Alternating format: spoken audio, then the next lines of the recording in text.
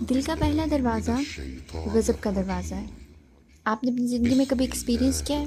جب آپ غصے میں ہوتے ہیں تو سیلف کنٹرول لوز ہو جاتا ہے۔ غصے میں آ کر ماں بچوں کو پٹائی کر دیتی ہے، شوہر کے ساتھ لڑائی ہو جاتی ہے، بہت سے لوگ برتن توڑ دیتے ہیں، بہت سے لوگ بہت کچھ بولتے ہیں۔ یعنی غصے کی حالت میں اگر کسی انسان کو دیکھیں وہ چلے گا تو پاؤں پٹے گا، کسی کو دیکھے گا تو غصے کی نظروں سے۔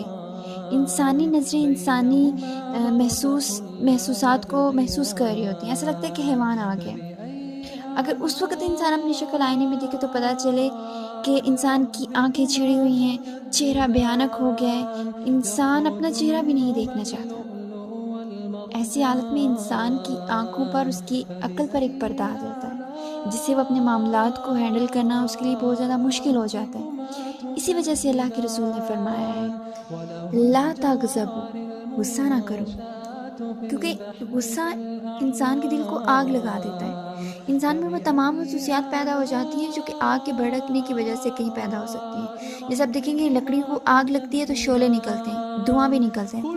اسی طرح غصہ بھی کچھ ایسی چیز ہے جو کہ فزیکلی ہمیں نظر نہیں آتا، لیکن زبان وہ آگ کے شعلے کو نکلتا ہوا محسوس کر رہی ہوتی، آنکھوں سے وہ آگ کی چنگاریاں نکلتی محسوس کر رہی ہوتی۔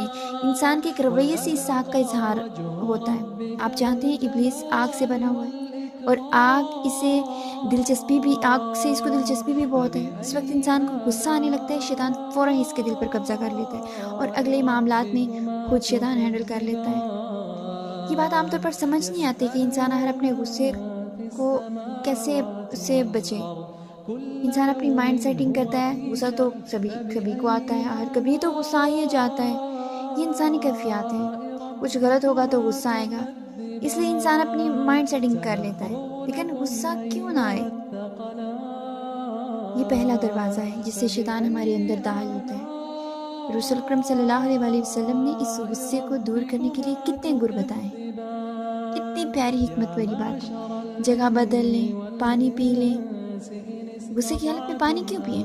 غصہ آگ کی طرح ہے، اور غصے کی آگ تو فزیکل آگ ہے، بہت بڑی۔ جیسے آگ کو پانی سے بجھایا جاتا ہے، اسی غصے کو بھی پانی سے بجھایا جاتا ہے۔ غصے کی حالت میں وضو کر لیں، کیفیت بدل لیں، کھڑے ہیں تو بیٹھ جائیں، بیٹھے ہیں تو لیٹ جائیں۔ آپ یہ دیکھیں کہ یہ ترکیب اختیار کرنے سے بہرحال فرق پڑتا ہے، لیکن عام طور پر لوگ کہتے ہیں کہ غصے کی حالت میں ان سے کوئی کام کرنے کو جی نہیں چاہتا، یاد ہی نہیں رہتا، اگر کوئی کہے تب اور غصہ آتا ہے۔ ہمیں کہا ہی کیوں گیا؟ جانتے ہیں ایسا کیوں ہے؟ ایسا اس لیے ہوتا ہے کہ عین غصے کی حالت میں انسان غصہ دور نہیں کرنا چاہتا۔ انسان چاہتا ہے یہ کیفیت ذرا جاری رہے، کیونکہ شیطان حاوی آتا ہے۔ انسان کو اس کی ہلاکت کا چونکہ علم نہیں ہے کہ مجھے اس سے کتنا زیادہ نقصان ہے۔ رسول اکرم صلی اللہ علیہ وسلم نے فرمایا ابن آدم کا دل جب اللہ تعالیٰ کے ذکر سے خالی ہوتا ہے تو شیطان اس پر دھرنا دے کر بیٹھ جاتا ہے، پھر جب وہ اللہ تعالیٰ کو یاد کرتا ہے تو شیطان دبک کر بھاگ جاتا ہے۔ اس کا مطلب یہ ہے کہ غفلت اللہ تعالیٰ کو بھول جانے کی وجہ سے آتی ہے، تو اللہ تعالیٰ کو یاد رکھنا ہے، یہ کہنا بہت آسان ہے کہ اللہ تعالیٰ کو یاد رکھنا اور کرنا بہت مشکل۔ کیوں؟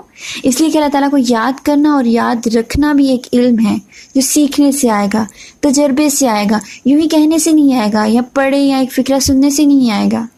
یہ وہ علوم ہیں جن کی وجہ سے انسان کی اصلاح ہوتی ہے، اس لیے ان کا حاصل کرنا بہت ضروری ہے۔ جزاک اللہ۔